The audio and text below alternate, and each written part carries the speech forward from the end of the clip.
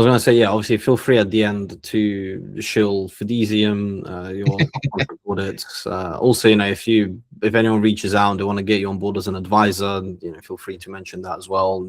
Your rates, whatever. Like entirely, this whole call is just I'm just here just to make sure that everyone's accepted and all the fireflies are in and so on and so forth. But yeah, when people join after like a couple of minutes, I'll just pass over the mic and then lead the way. So wait. I was just deep in Claude, so I'm going to go back to that.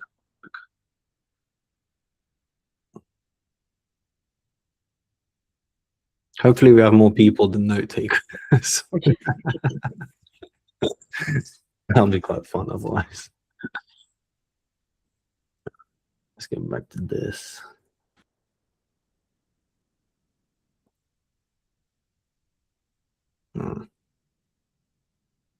Have you been exploring Claude yourself? Yeah. I mean, I play with it a decent amount. Like Claude Code. I mean, not just the normal Claude on the browser. Oh yeah. No. Even have you played with the extension yet?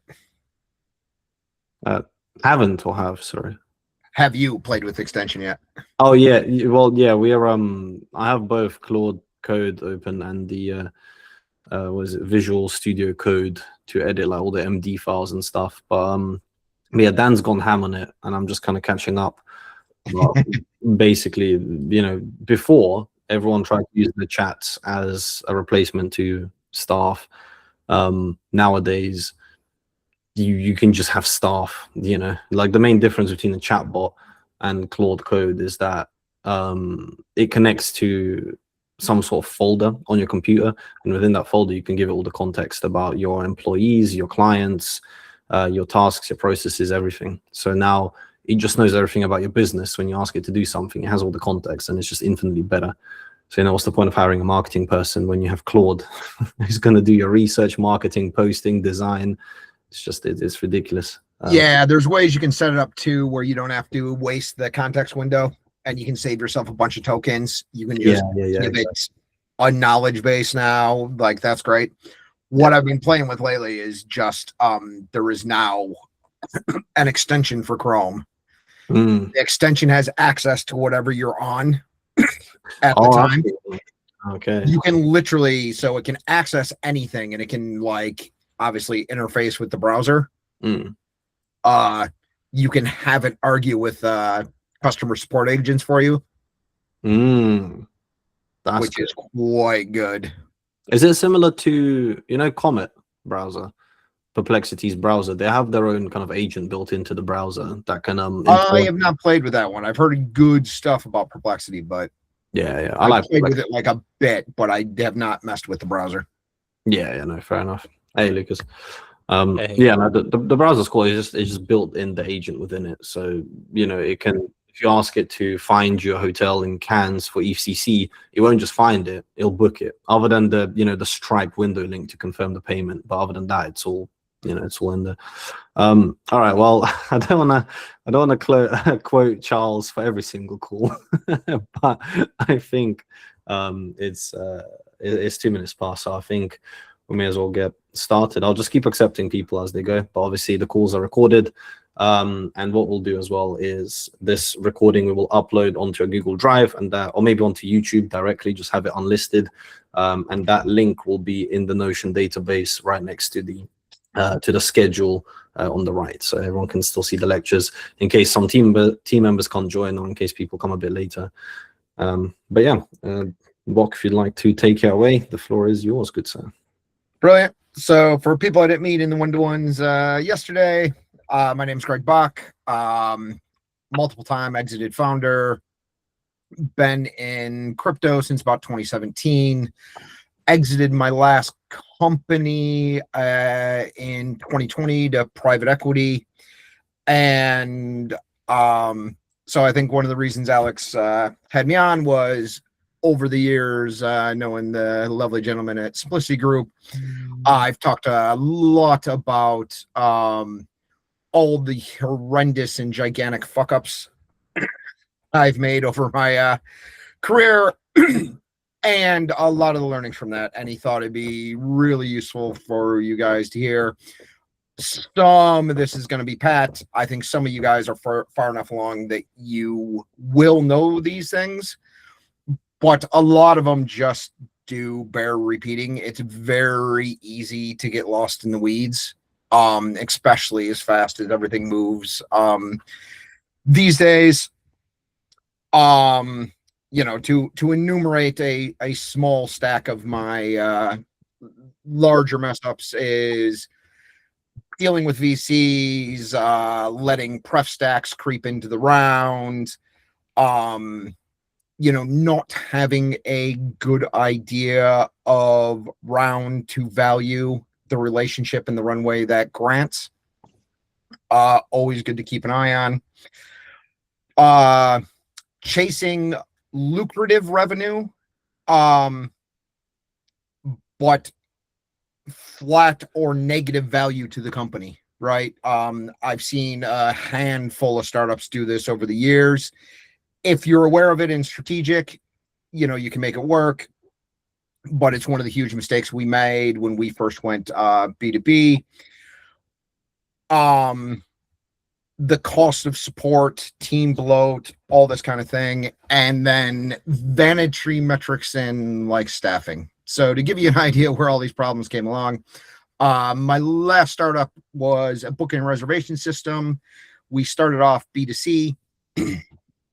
We grew that for several years. We struggled to find interest. We switched to the B2B market. We started serving high street retail, banks, building societies. And this is when I first started getting very heavy into the security end of things, especially security as a process, and where a lot of these mistakes come in. So, you know, down to basics is I'll tell a couple stories around the first half of Booking Bug, and then a couple stories around the second half. So the first one is around, the best I've heard it described is friction debt, right? There is friction in getting people to move. And the number one thing you have to know, and I think this is the best part that pertains to Web3, is you guys are solving problems for people. And more important than that, you're solving a problem for a person. And if you don't have that clearly in mind, every time you talk about your project, every time you talk to your consumers, every time you worry about your messaging, every time you think about your marketing, the disconnect there is going to be difficult. And what's really hard is clients lie. Not because they're mean, because they're busy and they don't know what they want. And so for you to correctly communicate your new solution to them when they don't even or can't articulate the problem they have is one of the fundamental things that is going to be most difficult for you to get right. And even if you get it right, the friction debt of winning them over is sometimes nearly insurmountable, right? The thrown around figure is 10x.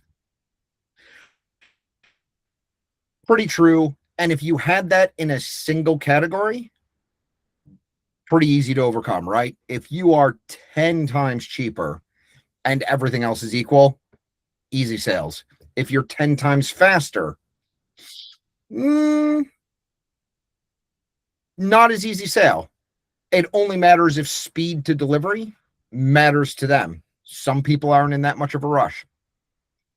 If you're 10 times easier to use, if you reduce this, that, and the other, yeah, fine. Better is a weird term to get around when you start talking about this, like leverage against friction debt. And if you're blending your benefits over multiple different categories, it gets really difficult to make that argument because then your messaging gets fragmented and you're going to have a hard time, you know. So everyone has heard, you know, go niche, get rich, go niche, get rich in the American. Focus on one thing. You've got to know the most important thing, but finding it out is just incredibly difficult, and in Web3, I think a lot of this gets very confused because people start talking about building communities, building hype. There's a secondary set of business fundamentals that go on. I compare it often to, a traditional equity round that tried to do their entire raise from Crowdcube or whatever. You have a secondary client and you've got to make sure to separate them, right? Everybody who invests in your token might not be a user of the product you are building for them. And while you do have to pay attention to the larger marketing around the people who might invest in your token, help with your token raise, build the hype machine, it's important you guys don't lose the singular focus of you're building a product for an individual. If you want to build a long-term sustainable business, the only way to do that is to keep the focus on what really matters, what problems you're solving for the people who are using your products or service, regardless of the money they might make on the token. This is where it gets all messy unless that token is involved in DeFi and that's part of the yield. It makes your job harder, not easier, because you're largely going to pitching to two audience depending on the life cycle, right? So the best advice I can give in here is really have honest conversations with yourself about what are your North Star metrics, right? So many times you talk to people, especially young projects. I help out on a couple of my other friends' startups in this, our Twitter's doing great, our LinkedIn's doing great. I'm like, okay, that's a mildly important thing for a little bit around marketing, maybe some street cred, depending on what you're trying to shill past that. It does broaden your audience, but it's just an absolute personal vanity metric, and it makes absolutely no difference unless you're trying to be Simon Squibb and your brand is around you and your personal reach and you're selling your advice, or you're like a consultant, which I don't think anyone in here is, right? And so that's the very obvious one, and I think everybody knows that. What gets weirder is other vanity metrics is, we had, X amount of people sign up. We have, 100,000 on the waiting list to try our product. I mean, great, awesome for buzz. It's a nice news bit. But what is that really going to convert to, right? What do you want them to do? When it gets in the weeds, let's say you have some exotic DeFi product. Do you want people making transactions? Do you want people staking? What is the niche you're trying to hit? And what is the behavior? So the experiential behavior of the user going into these very narrow, deep things and being able to correctly find out what those are that are both sticky and produce value for your product are the most important things that can, really possibly happen to you guys. Even if I through the talks the other day on the one-to-ones, I know there were a few people who are a little bit further down the journey than some of the others, with a decent amount of adoption, probably some reasonable early PMF, but I would advise dive into what do you really want your users doing. The more time you can spend figuring out that question and solving for that question, the easier lives are going to become. It's a hard thing to stay focused on because the number on that particular graph is really fucking hard to make go up. And it's so easy to be seduced and lie to yourself about even near miss vanity metrics, Oh, like we want behavior X, we're getting behavior Y. Behavior Y is very close. Oh, we're doing great. Even if Y is going up a lot and X is going down a little bit or staying flat, if you're not honest with yourself about which metric needs to go up, I see that as like kind of the biggest one when you start having that little bit of adoption and that little bit of PMF, not figuring that out. And that's who's going to win, right? Whoever can figure that out fast. And as amazing as AI is not going to solve this problem. AI has the answers to the questions people have put in. You're trying to answer a question that generally the client has not even articulated to themselves. Most likely. It sucks. It makes it harder, but it's also, that is your opportunity, right? Once you have some adoption, your goal is to talk to those people and find out as much as you can, like beg, borrow, and steal. Everyone's busy. It's hard to be charming enough to like talk to people and sometimes ask them to let you watch them work and use your product. But that will tell you more than, a month's research on any platform, even using the best tools. Because you will see habits and behaviors in what they're doing. You'll see their frustration when like some little bit slow. You cannot overrate actually being with them and like really getting in their headspace. So once you've done that and you don't forget all these things, what next? Next, and so to bring this just for an example, our metric was how much are our clients paying us, and our sales guys were going out and getting large deals, and we're getting blue chip logos, and all this stuff was looking great, and we're growing really fast. And it wasn't until like we absolutely took the eye off the ball on our runway.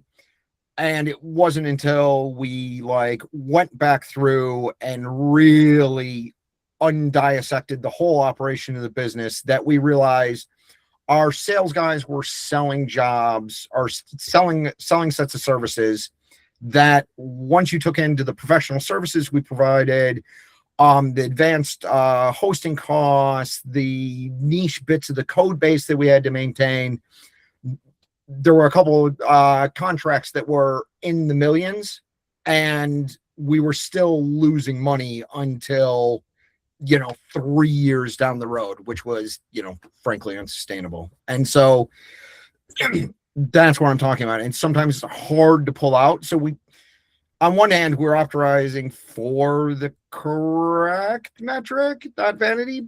It was only a little bit off. You need that money, but we were not following it through and weren't doing enough dissection of the good clients we had in to see where the delta between some of them were. And it absolutely did come down between amount of professional service, amount of custom code we were deploying on the system, and some clients are just assholes. So yeah, at the end of all this, what I'd also say is do not be afraid to fire a client. You know, if you guys, most of you guys, I think are probably a little bit more B2C, from what I read through. This isn't gonna affect you as much, but I will also warn, tighten down your terms of service, give yourself an out that you can, without repercussion, boot anyone anytime from your service, and keep an eye on their usage and the amount of support tickets and da da da da da. A fired client causes way less headache and way less reputational damage than an unhappy client who's pissed off every day and still uses your service and complains about it all the time. It's an amazing thing. Do not be afraid to fire clients. Then the next one, hiring and firing your team. Multiple mistakes. I swear to God, I still don't learn on this one. The old adage is absolutely never more true. Hire fast, fire fast. If you need someone, hire them. Don't wait until the seams are breaking, your employees are stressed. Don't wait until morale starts sucking. Get someone in there to do the job and see how they work. If you have a bad feeling about the person, or they're like not working out, but they're kind of doing the job and they're moving the needle, da da da da da, but you know you probably should let go of them and get someone better. The second you start having those thoughts as a founder, you're already too late. But the best time to plant a tree is 20 years ago. The second best time is right now. So just at a certain point, you got to trust your gut. The mistakes made from incorrectly firing someone a little early versus keeping someone on way too long. Oh man, it's not even close. Keeping someone on for way too long is greatly overshadows any problems I've ever seen from getting rid of a person a little too soon and then having a slight gap in someone to pick up that delta. So, I mean, just never forget it. You'll get in the weeds. You'll start doubting yourself. Just when you start having those feelings, pay attention, do some documentation, and then move to exit that person as soon as humanly possible. All right. Then everybody wants to raise a lot of money. You don't need as much as you think, especially now. I mean, I don't know how much you guys pay attention to equity rounds in the VC space, but, you know, raising to build, if you're not in deep tech, it's dead. Pre-seed, largely dead. Seed rounds, especially in Europe nowadays, are Series A in San Francisco, and like valuations are absolutely plummeting across the board because the VCs no longer have to take risks with cash to validate an idea. Like, as much as I bag on AI for not being like really go time ready for a lot of stuff, certainly not a lot of the stuff we do at Fidesium, it is an absolute force multiplier when it comes to validating ideas. I mean, the amount of tools you used to need and the amount of time sink it used to take to test a new feature, a new flow, a new anything has been shrunk to nearly nothing. Validating ideas nowadays, it's just insane. I mean, good God, with the me and Alex were talking about this just a few minutes ago about using agents and playing around with just setting them up to do anything, booking a site, da da da da da. I know how to code a bit. I think Alex does. My limited coding experience, I can whip up demos and features and things that, oh my God, would have taken an at least a mid-tier developer in my experience over the years of building software. And it's just insane. If you can dream it, you can probably hack something together that works and then hand it over to a senior dev. Oh my God, so much better than a set of screenshots and a document outlining what you kind of want. You can build 80% of it, hand it off to an engineer, have them carry you down the rest of the way. And empowering your employees to work that way is an amazing force multiplier. It's just incredible. And why I say that is because of the tooling and how much everybody can do. Like, be careful with your raise. Like, on one hand, this is a hard one to get across.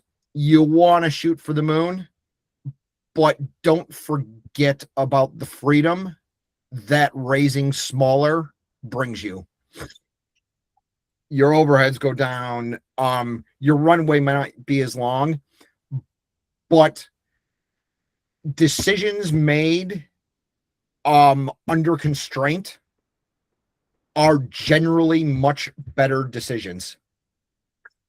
All you have to do is look at any socialist country that has all the money to do with and play with what they want.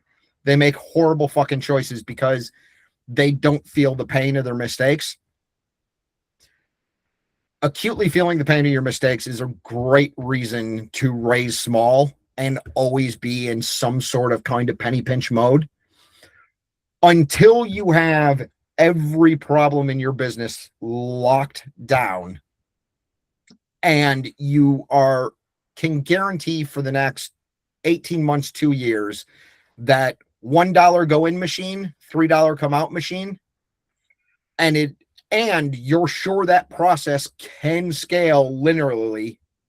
It's not going to drop off. It's not going to curve to nothing. You're not like, it isn't only working because you're at the cheap end of the curve before it explodes factorially and like stops returning those returns. You don't need a giant pile of money. And it brings you a lot of freedom and a lot of clarity. So with Booking Bog, my ex-co-founder, he got really addicted to the idea of raising 10 million. And it was just an absolute vanity metric. It sounded like a big raise. We raised it. All of a sudden, our bank account was so fucking huge. And even though we didn't go wild in the same way we saw a lot of others, I've seen so many startups blow up. They hit a big round. They move into a fancy office. Every little decision is just like, oh yeah, no, that's no problem. Oh yeah, no, we'll spend a little more on this. We'll do a bigger booth at this show. We'll do a bit more for the employees here. We'll do a bit more on this thing. It's always just a bit more. And I've seen companies blow through, I think the record I saw personally was 11.5 million in 6 months or maybe 9 months. And their team was not huge. I think their team was only maybe 30, 40. And they just rinsed cash. Having that much cash on hand, especially if you're not used to it, is weirdly intoxicating. Oh, Chris, a combination of rent, AWS, and absolutely ridiculous marketing spend that did not convert as they thought it would, but they front loaded it so hard. They were so sure of themselves. It just went absolutely insane. No, weirdly, not an HR department. And then last thing I just want to talk about is everything so far has been about paying attention to your customers, really digging down into like the person, being hyper focused on everything that matters, and winning all those small battles, that turns into winning long battles. But you also have to have a vision for the future, like where you're going to go, where your potential pivots are, how things are going to evolve and change. So, take some time every month to really focus on, reevaluating your assumptions about the state of the world and what the long game looks like. And Jeff Bezos has a favorite one, famous one. It's one-way door or two-way door. Two-way doors are decisions you can make, but you can walk back through. One-way doors, once you commit, you're in. Obviously, two-way doors are always better. The one I always like is, there's a lot of schools of like different ways of thinking about startups. I like the cockroach theory of startups. If you are honest to God unkillable, you will eventually figure out a way to survive and make money. There is always a way to pivot. Basically all the startup is like, depending on your individual goal, it might be exit, it might be just be the king of the world in your particular niche, it might be acquisition by some particular company. We've all got an arrow to fire at a target. No one hits the bull in startup land. I mean, maybe it's happened once, but almost never has anyone hit the bull from the first fire. What's brilliant in startup land is, you get to run behind the arrow and course correct if you're paying attention to it. And so having a long-term vision of where that target is, what you're aiming for, and paying attention to everything else I just kind of mentioned gives you a lot of time and a lot of opportunities to correct.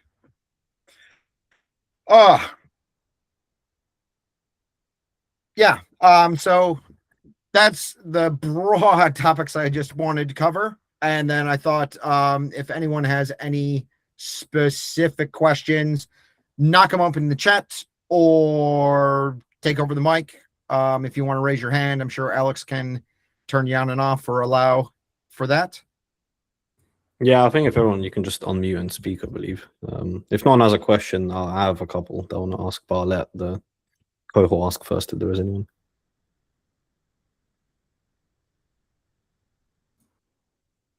Perfect. That just means that the lecture was so good and clear. It's good. Now, the one question, it's kind of going back all the way to the beginning. You mentioned it's very difficult for people to switch, like that switching cost, which you called what was it? The friction debt. Yeah, exactly. So how do you get over that? Like, what do you, if you're not 10 times faster or cheaper, what do you do then? You gotta, so that goes back to the either fear or want. So the only way to get past that friction debt, if you aren't 10xing on some bit, is make them fear they're missing something, or go exclusive, be some weird shiny thing they desperately want. And I think that's the only other way I really know to like move that needle.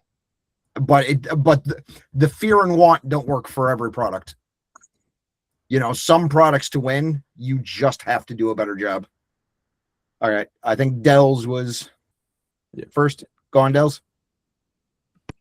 Yeah, thank you so much, Greg. This was really cool. I think my question was just more around like the current like fundraising landscape. And like, I'm seeing people talk more about things like family offices. Do you have any tips on, people raising right now? Like, what's the best strategy to close your round? Regardless, yeah. Yeah. So, I mean, depending on round size, I would always say angels, family offices, raising from individuals is just a lot better. They tend to be way more engaged. They care more. VC is very often not the right move for everybody. And if you can bootstrap it, bootstrap it. Like the freedom, if you can figure out your way to your clients and just make money, do that. If you then need some capital to grow and you still want to raise, go to angel networks, family offices, because those people tend to invest their own money a lot of the time, or near enough, or they have a much smaller remit to the type of investments they make. They're going to be more engaged. They're going to have better connections for you as you grow. And sometimes even a lot more insights, and will eventually be board members, advisors, and all of that. So I would, 100% go that route. Yeah. Thank you. Thank you, Greg. Thank you. No worries. Chris? Oh, you're on mute. Yeah, I think we're on the same page here, but you talk about the friction debt.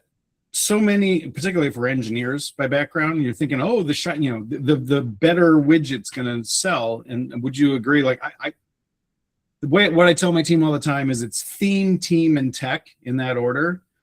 The tech is like the least important part. To me, the most important part is, do you have a good story? Do you have good people that can deliver what you're going to do? And then, oh, by the way, I have a shiny widget. Does that jibe with you as well? I think so. And I think there's a couple places that flips. I think generally that is very, very true. The interesting other part you have to watch out for is your stages of audience as you grow. And this is a trap I see a lot of early stage startups fall into. There is a segment of the population, they might have something to do with your eventual ICP, but they are just early adopters. And early adopters will try anything. Even if they really like it, that does not mean you're ever going to be able to bridge to mass adoption. And so, and then the other one, more to your comment, where I wholly agree, the best product does not win. The best marketed product absolutely wins. Having the messaging clear, having like the needs defined, being able to find your client, oh yeah, can absolutely destroy. Like the next guy's widget could literally be a 5x on you, but if you know how to talk about it and how to put it in the people's hands who need it, and put it in their hands at the time they need it, yeah, it's a fucking superpower, and you're gonna win with that.